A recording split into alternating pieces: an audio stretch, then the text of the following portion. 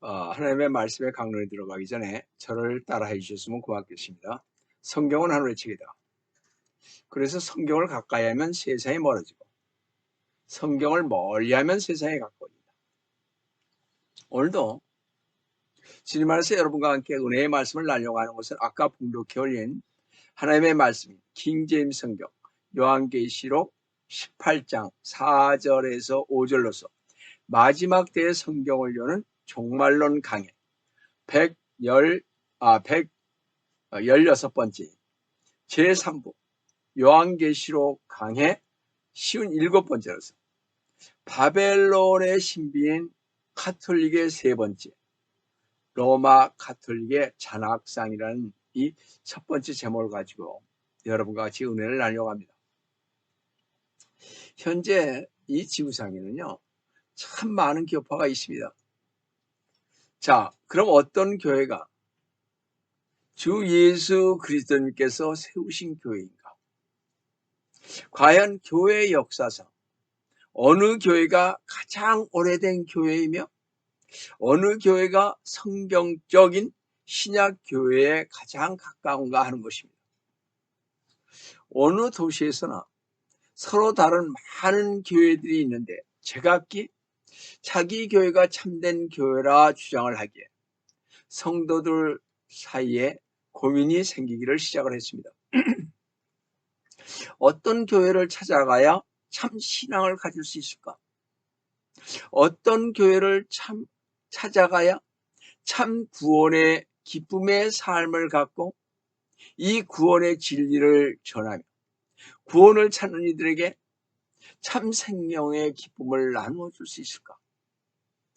하면서 지금도 수많은 사람들은요, 진리의 지식을 찾아 이 교회, 저 교회를 옮기며 몇 개월, 몇 년 동안 교회를 결정하지 못하고 방황하는 사람들을 많이 보게 됩니다. 저도요, 평신도였을 때 참 진리를 전해지고 기독교의 꽃이요 진술할 수 있는 그 참 교리를 가르치는 교회는 없는가 하고 이런저런 교회를 수소문한 적이 있었습니다. 물론 교회는 다녔죠. 자, 그러면서요, 어떻게 해야 되나? 그 뒤 목회자의 길을 걸으면서도 고민하다가 드디어 1994년도 판인 J.M. 캐롤이 지은 피 흘린 발자취를 보게 됐습니다. 이 책을 읽고 또 읽고 기도하면서 깨달은 것은 피를 흘리며 순교까지 하면서까지 지켰던 신앙 고백이 무엇인지를 알게 되었습니다. 이 책을 보면서 왜 유럽에서 5천만 명이라는 성도들이 암흑시대라 불리는 시기에 이렇게 많은 피를 흘리면서까지도 참된 교리와 말씀과 정말 이 교회가 지켜야 했던 이유가 무엇인지를 알게 되었습니다. 목회를 하는 지금도 저는 이것을 우리 시온선교 침례교회의 성도들에게 접목시켜야지 노력하면서 했던 것이 오늘의 우리 시온선교 침례교회가 된 것입니다. 이렇게 눈이 떠진다. 교회의 역사를 보니 교회사의 대부분이 친카톨릭과 진리의 말씀대로 살려고 하는 프로테스탄트 교회사인 것을 보게 됐습니다. 그런데 이 교회사를 보니 교회의 역사는 피로써 기록되어 있다는 것을 알게 되십니다. 성도 여러분, 광야에서 외치는 자였던 침례의 요한도 목을 베이는 참수형을 당했으며 그 얼마 지나지 않아 만민의 구세주이신 주님께서 제자들에게 마태복음 16장 18절에서 너는 베드로라. 그리고 이 반석 위에 내가 나의 교회를 세우리니 지옥의 문들이 그것을 이기지 못하리라고 하셨는데 주 예수 그리스도님께서 십자가에서요 피를 흘리시기까지 이 땅에 교회를 세우기 위해 돌아가셨으며, 그 뒤 교회는요 사도들에 의해서 세워지기를 시작을 했습니다. 에베소 2장 20절에 너희는 사도들과 선지자들의 기초 위에 세워졌으며 했습니다. 너희는 즉 교회가 사도들과 선지자들의 기초 위에 세워졌다는 것은 사도들이 증거하고 기록해서 우리에게 전해진 말씀 위에 세워진 교회라는 것입니다. 12제자인 마태는 에디오파에서 살해되었으며, 마가는 죽을 때까지 거리에 끌려다녔습니다. 누가는 목이 메어 죽었고, 베드로는 십자가에 거꾸로 매달려 죽었으며, 바울은 목뱀을 당하고 죽었습니다. 그러나 12제자와 계승자들에 의하여 복음은 초기 500년간 힘있게 전파되었으나 그 전파 뒤에는 순교의 피가 흘린 발자취만 남아있었던 것입니다. 그리고 기독교 초기 3세기 동안에 예수 그리스도님과 사도들의 가르침에서 벗어나기를 시작했는데, 오직 믿음으로만 구원받는다는 신약 성경의 가르침이 침례에 의한 중생으로 변질되었고, 침례를 받으면 구원받는다는 침례에 의한 구원과 유아 침례를 주었던 것입니다. 이는 한국에서는 유아 세례라고 그러죠. 그러나 이 두 가지를 거부했다. 즉 침례를 받아야 구원받는다, 또한 유아 침례를 받아야 한다는 것을 거부했다는 이유로요, 암흑시대 기간 중에 특히 12, 13세기 두 세기 동안만 약 4천만 명 이상의 그리스도인들이 순교하였던 것입니다. 유럽을 피로 물들였습니다. 그뿐만 아니라 그 당시 큰 교회에서는 많은 장로, 감독, 즉 목사들이 있었는데, 작은 교회들에 대하여 권한을 행사하고 여러 감독과 장로들인 목사들이 작은 교회들을 위해 군림하면서 교회 안에 여러 가지 심각한 일들이 일어나게 됨으로 인해 교회에 해를 끼치게 되었고, 나아가서는 작은 교회의 운영까지 간섭하게 되었던 것입니다. 이것이 카톨릭은 물론 다른 교파들이 오늘날 실행하고 있는 잘못된 교회 운영의 시작이 되었던 것입니다. 이것으로 인해 초대교회의 자치적인 운영제도와는 전혀 다른 각도에서 교회가 운영되기를 시작했던 것입니다. 그리고 마침내 이런 이유로 교권 정치인 세속적인 권력이 교회에 들어왔던 것입니다.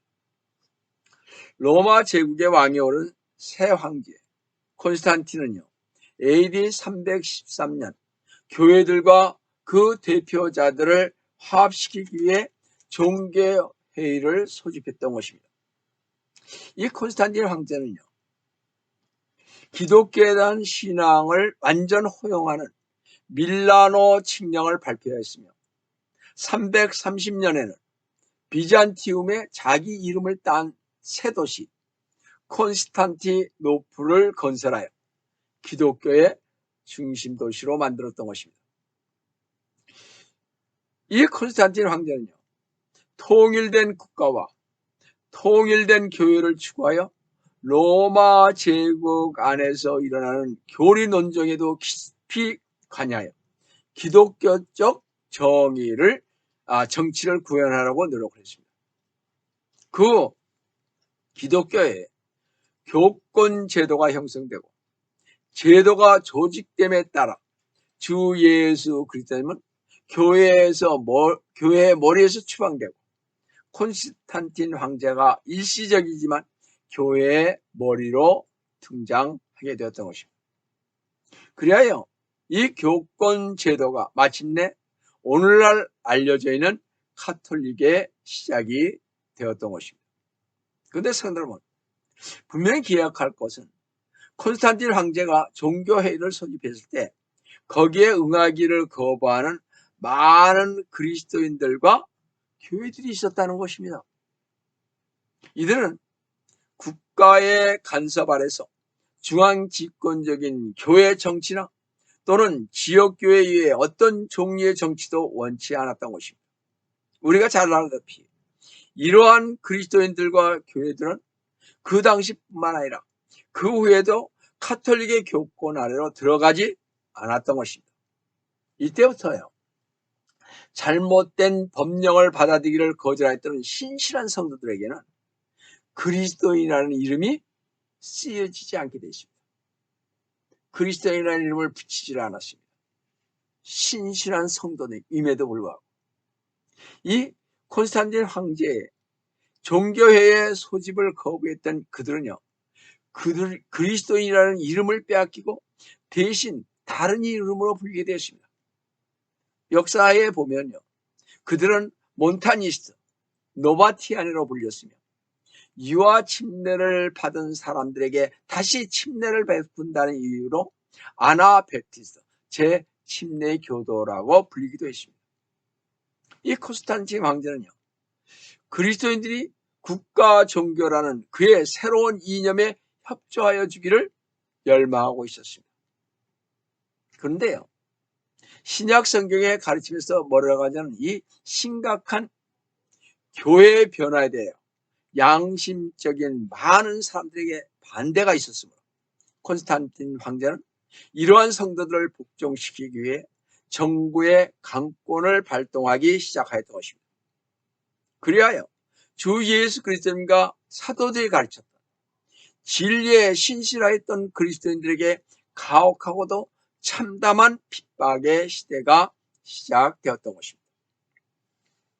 콘스탄틴 황제의 영도하에 조직된 교권 제도로 발족한 새로운 이 교회는 세속적인 정부와 결합하여 성경의 말씀을 수정 또는 변개 또는 삭제하면서 신약에서는 전혀 볼 수 없는 새로운 법률을 교회 안에 제정하기를 시작을 했습니다. 그래야 AD 416년 유아 침례를 의무적인 것으로 법령을 제정을 하고 10년 이후부터 암흑시대라 불리는 AD 426년부터 무서운 시대가 시작됐던 것입니다. 이때부터 시작하여 약 1200년 동안 무섭고 캄캄한 피비린내 나는 순교의 혁렬이 이루어지기를 시작했던 것입니다. 이 암흑시대 초기 때 교황제도가 시작되었는데 AD 296년에서 304년까지 로마에 있던 감독에게 처음으로 적용되었다가 AD 384년에서 AD 398년에 이르기까지 로마의 그 감독으로 있던 시리시우스가 공식적으로 교황 칭호를 채택했습니다. 그리 리오 2세 AD 440년에서 460년에 정식으로 교황 칭호를 사용하기를 시작을 했던 것입니다. 그 그레고리 7세에 의하여 교황만이 사용할 수 있는 칭호로 선언되었습니다. 이것이 지금까지 내려온 것입니다. 교황이라고. 구제는 없었습니다. 그런 것이. 감독이라고 했죠. 성경에 의해서. 그리고 제도화된 이 카톨릭 교회에 의해 가혹하고 잔인한 박해가 끊임없이 이루어졌습니다. 여러 나라로 도피해간 그리스도인들의 뒤를 추적하여 남아있는 자들을 천천히 없애버리려고 했습니다. 아주 그냥 섬멸하겠다 이런 얘기죠. 우리가 교회사를 통해 제가 교회사를 배웠는데요, 이단이라고 불렸던 사람들이 진실로 참되게 믿던 사람이었던 것을 알 수가 있습니다. 이 카톨릭이요, 이 이단이라고 불렸던 이들을 처참하게 피를 흘리게 했습니다. 사실 이 이단이라고 불렸던, 교회사에서 이단이라고 불렸던 이 사람들 말이 말로야만이 정말 성경대로 믿는 참 크리스찬이었던 것입니다. 이 잔악한 핍박은 순교의 피바다를 이루면서 폴리시안 교회생활을 하는 것입니다. 아놀디스트, 헬리시안, 왈덴스, 그리고 재침략파, 안티베프티스트라고 하는 그런 사람들이 강해졌습니다. 성도 여러분, 암흑시대라 불리던 AD 600년에서 1800년까지 약 1200년 동안 5500만의 크리스찬들이 박해를 받아 죽었는데, 이는 100년마다요 460만 명이 피 흘려 순교했고 1년의 평균 4만 5천 명이 순교했던 것입니다. 감히 상상할 수 없는 일이 벌어졌습니다. 유럽에서 말이죠. 그러므로 세계 역사상 사람들에게 가해진 가장 참혹하고 피비린내 나는 것은 소위 우리가 잘 아는 유럽 역사에서 본 종교 재판일 것입니다. 이는 일반 법정과는 다른 이단으로 불리우는 사람들을 다루기 위한 재판인 것입니다. 바로 성도 여러분, 전 세계에는 이루 말할 수 없는 잔악한 것을 폭로한 책이 무수하게 많이 나타나는데, 그럼에도 불구하고 피비린내 나는 잔악한 인들을 행한 가톨릭인들은 이런 일은 주께서 인도하시고 지휘한다고 생각하면서 이단들이라고 자기들이 생각할 때는 이단이죠. 가톨릭에 들어오지 않았으니까. 바로 이 이단들 죽이는 일은 하나님의 사역을 하는 것이라고 주장하여 지금도요, 자기들의 일에 거슬론돌이 되면 지도 새도 모르게 죽이는 것입니다. 지금도 교통사고를 위장하든지, 독을 음식에 넣든지, 강도 사건으로 위장해 죽이든지, 아주 그러한 것을 행하는 아주 사악한 종교 집단이 가톨릭인 것입니다. 이처럼 사실상 가톨릭의 야만성을 말하자면 온 세계의 역사상 이렇게 참혹하게, 처절하게, 피비린나게 수천만 명을 죽인 집단은 없었을 것입니다. 신약 성경의 가르침에서 가톨릭은 아주 떠나버렸으며 기이하고 잔악한 많은 법령과 말할 수 없이 부패된 도덕적 상태, 그리고 그들의 손과 옷을 수천만의 순교자들의 뜨거운 피로서 물들였습니다. 그로 인해 많은 가톨릭 신자들로부터 증오와 심각한 배척을 당하기 시작을 했습니다. 왜냐하면 가톨릭의 조직이나 법령, 그리고 교회의 그 교리나 의식을 맹목적으로 따르지 않은 사람들이 몇몇 영적 신부들과 지도자들이요, 담대하게 가톨릭을 개혁하고자 일어났던 것입니다. 여러분, 위대한 종교 개혁 시대에 앞서 세상의 이목을 집중시킬 만한 사람이 있었으니 그가 바로 1320년에서 1384년까지 영국 사람 존 위클리프였습니다. 이 존 위클리프는요, 종교개혁의 새벽별로 칭해지며 가톨릭 교회의 내부에서 참된 개혁을 단행해 보려 했던 진실된 참 신앙의 사람이었습니다. 그래서 존 위클리프는요, 가톨릭 지도자들에게 온갖 미움을 받았고 언제나 그의 목숨을 노리는 사람들로 인해 피해 다녔으며 결국 중풍으로 세상을 떠났죠.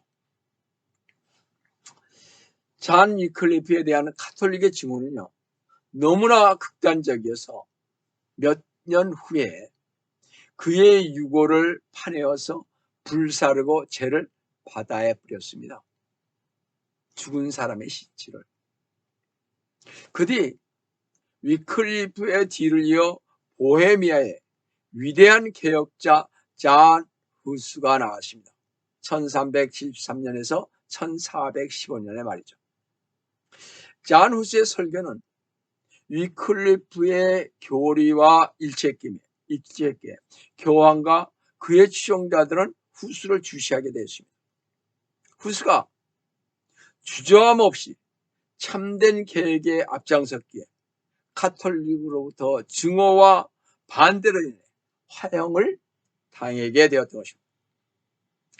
자, 그 뒤 이탈리아의 사보나롤라가요, 1452년에 태어나서 1498년에 죽은 이 사보나롤라가요, 후스와 위클리프의 삼일체에 관한 책을 변호하는 글을 썼습니다. 그러면서 부패한 교황과 추기경들, 대주교들, 성직자들의 악행을 담대하게 말했습니다. 후스는 말년에 화형대에 사슬에 묶였을 때 그는 웃으면서 나의 주 예수 그리스도님께서는 나를 위하여 이보다 더 심한 사슬에 묶으셨는데 내가 왜 이 녹슨 사슬을 부끄러워하리요 하면서 주 예수 그리스도님이시여 주께서 대속하신 나의 영을 주의 손에 의탁하이나이다 라고 말했습니다. 그 나무에 불이 붙었고 우리의 순교자 후스는 크고 쾌활한 선로 찬송을 부르다가 짐의 품에 안겼죠.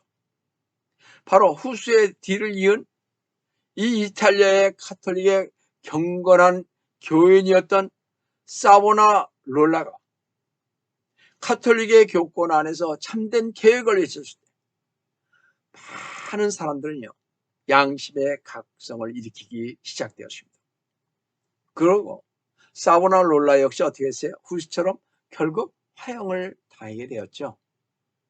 그 뒤에 스위스에서 찌빙글리라는 그 개혁 운동을 하는 사람이 일어났습니다. 이 찌빙글리로 말미암아 일어난 종교 개혁의 불길은 점점 빨라 급속도로 확대되어 걷잡기 어렵게 되어 버렸습니다. 그러나 안타깝게도 전쟁 중에 죽었습니다. 마침내요. 독일에서 종교 개혁이 폭발되었고 마르틴 루터인 1483년에 태어나 1546년에 죽은 그 마르틴 루터는요 카톨릭 내부에서 순수한 개혁은 불가하다는 것을 알고 1530년경에 전혀 새로운 교회로서의 조직, 즉 루터 교회라 부르는 단체를 창설하게 되는데 이것이 독일의 국교회가 되었던 것입니다. 이 루터란 교회가 바로 로마 카톨릭에서 직접 갈라져 나온 최초의 조직체로서 카톨릭에 대한 모든 관계를 거부하며 존속하였던 것입니다. 1541년 루터가 루터 교회를 설립한 지 11년 만에 스위스 제네바에서 칼빈에 의해 장로교회가 설립되었습니다. 장로교회가 설립된 지 19년 만에 칼빈의 제자 잔 락스가 영국 스코틀랜드에서 최초의 장로교회를 설립했던 것입니다. 이위에 종교개혁자들에 의해 카톨릭은 근본부터 뒤흔들리는 타격이 가해졌던 것입니다. 성도 여러분, 종교개혁에 요구되는 모든 어려운 일이 벌어지고 있을 때 개혁자들에게요 끊임없이 원조를 제공하여 준 것은 다름 아닌 침례교 되었습니다.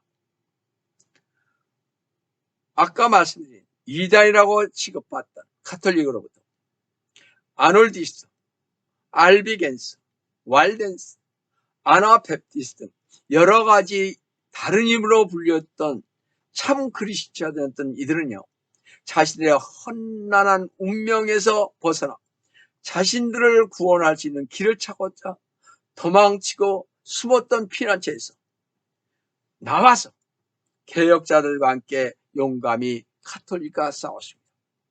그러나 그들의 기대는요 처참한 실망으로 끝나버리고 말았으며 오히려 자기들을 핍박하는 또 다른 적을 갖게 되었던 것입니다.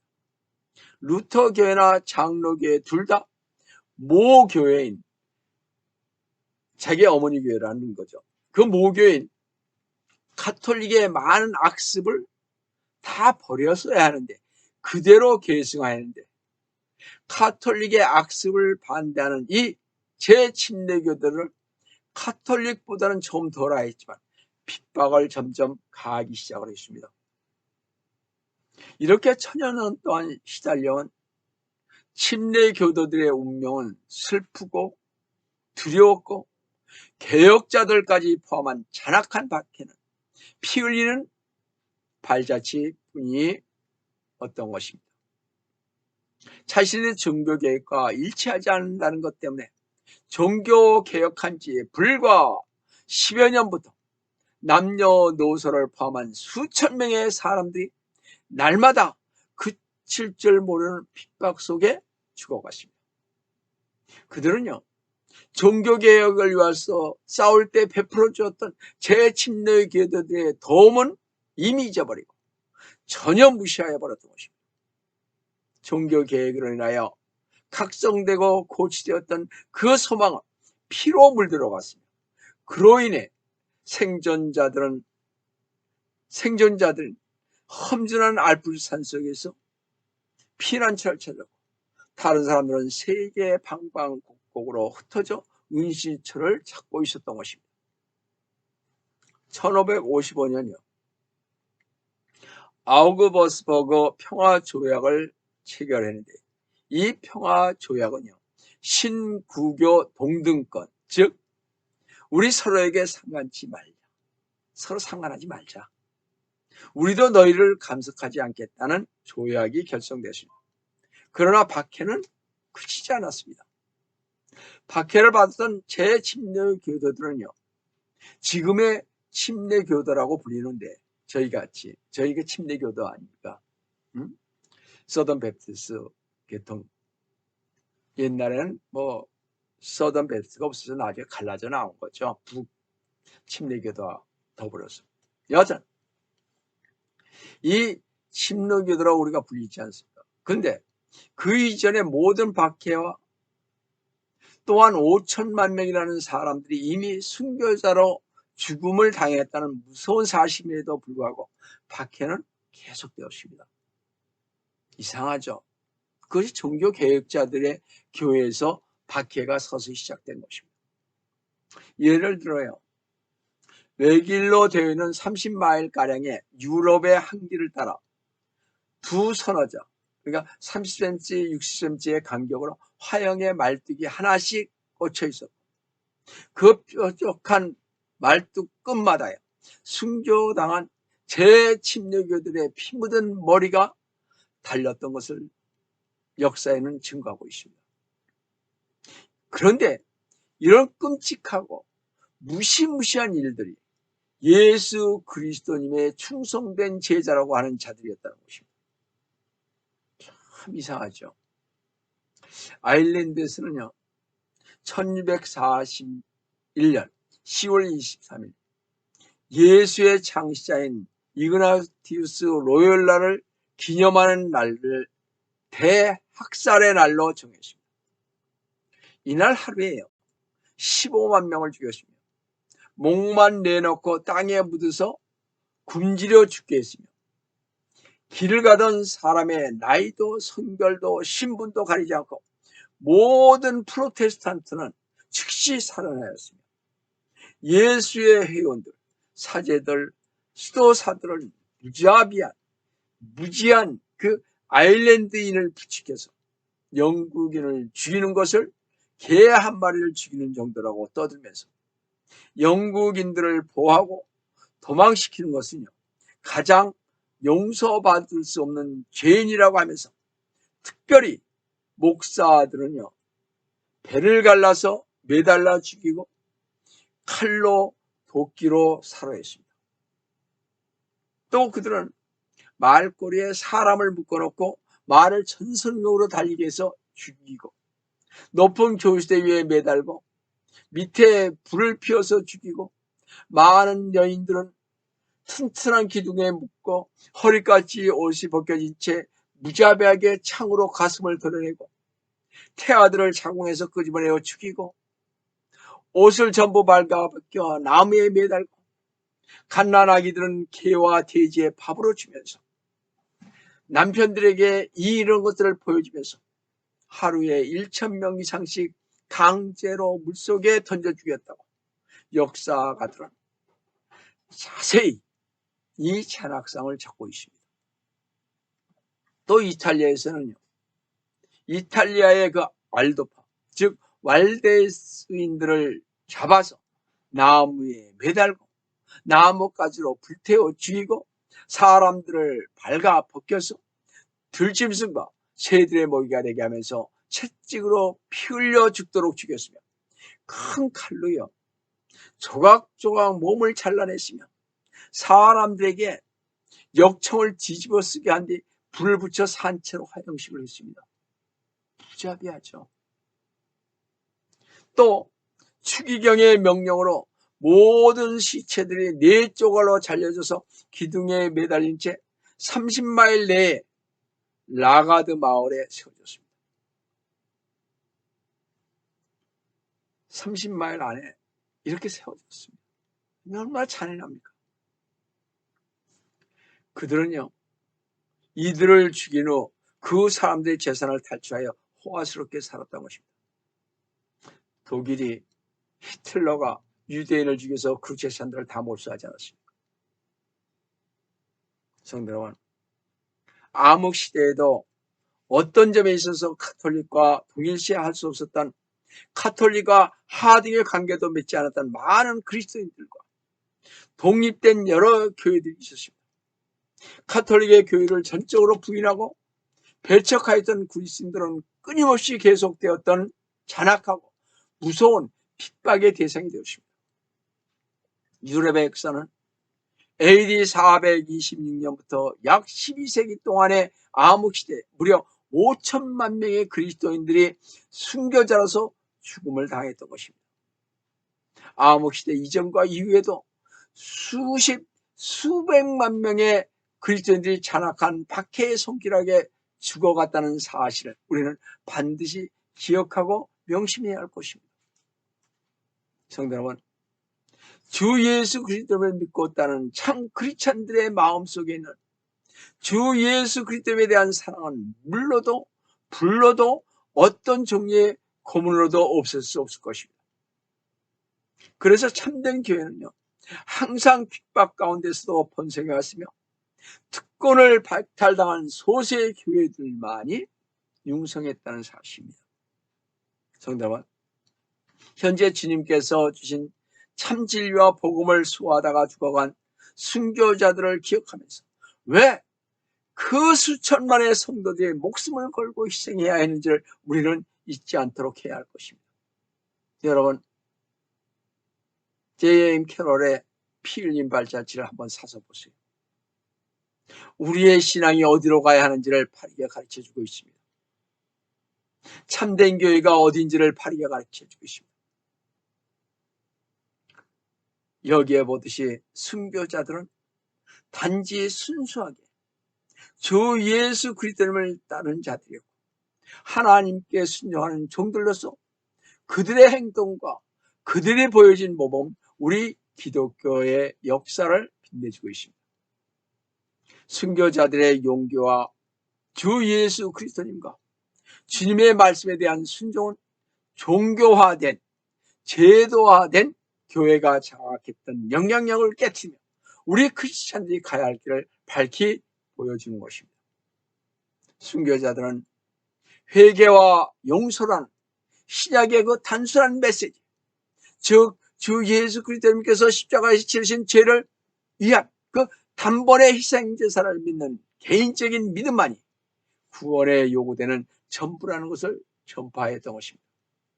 순교자들은 모든 것이 하나님으로부터 오는 값없는 선물이며 그것을 받을 자격이 우리에게는 전적으로 없다는 것을 주님의 말씀인 성경으로부터 알았던 것입니다.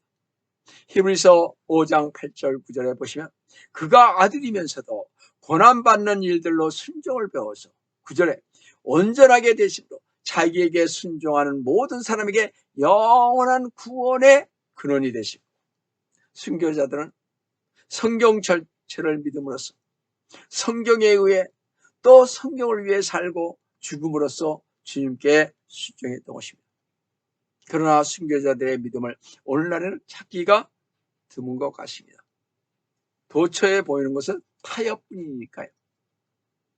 순교자들도 그 시대에 가톨릭 교리와 오리와 우상 숭배와 성직 제도에 타협할 수 있었을 것입니다. 그렇죠? 내와 내 가족이 살기 위해서 말입니다. 순교자들은 모든 성경적 논쟁을 피하고 쉬운 길을 택하여 자기들을 박해하는 자들과 가톨릭의 오리와 진리의 그 왜곡과 제도에 분명히 타협할 수가 있었을 것입니다. 그리고 순교자들은 하나님을 기쁘시게 하기보다는 인간을 기쁘게 하기를 선택할 수도 있었을 것입니다.